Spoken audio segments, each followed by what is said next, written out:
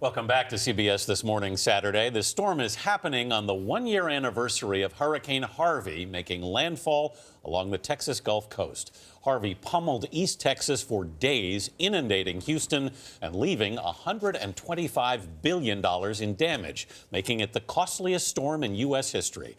Omar Villafranca returned to Houston to take a look at what's being done to prevent future flooding. New construction in a floodplain is causing new concerns in Houston. 1 year after Hurricane Harvey's floodwaters submerged large parts of the city, 900 new homes are being built.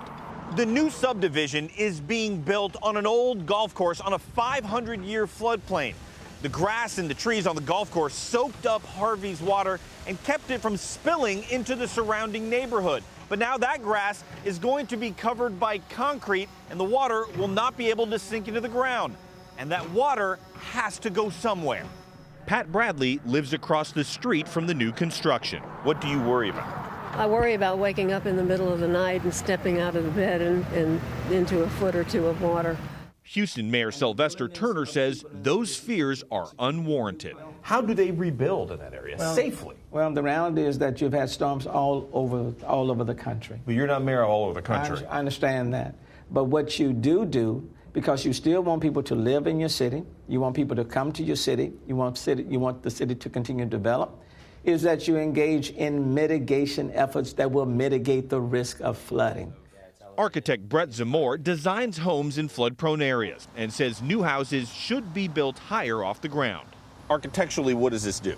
It allows for water to move through without damaging the structure of the house. And then once the water moves through the underside of the house after it floods, it just dries out. A year after Harvey, and work crews are still fixing roads and sidewalks and drainage and still repairing homes. Keep in mind, this neighborhood had more than 2 feet of water. We're talking in some places, water up to my hips, and that causes significant damage. The people who live in this house, they're just moving back into their home, but meanwhile, their neighbors over here, their house has been demolished, and those people do not plan on coming back.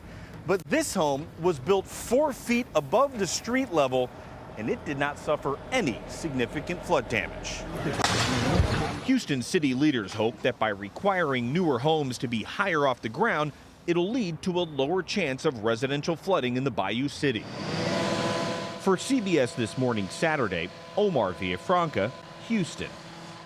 I was down there during the flooding, and it's just not just the mental health aspect of it, but you have homes that were flooded that had mold, and people are not going to be able to tear it all out. It's it was just atrocious. So I would really be curious to see how some of the homes that we visited back then are doing now. Consequences lingering for a long time.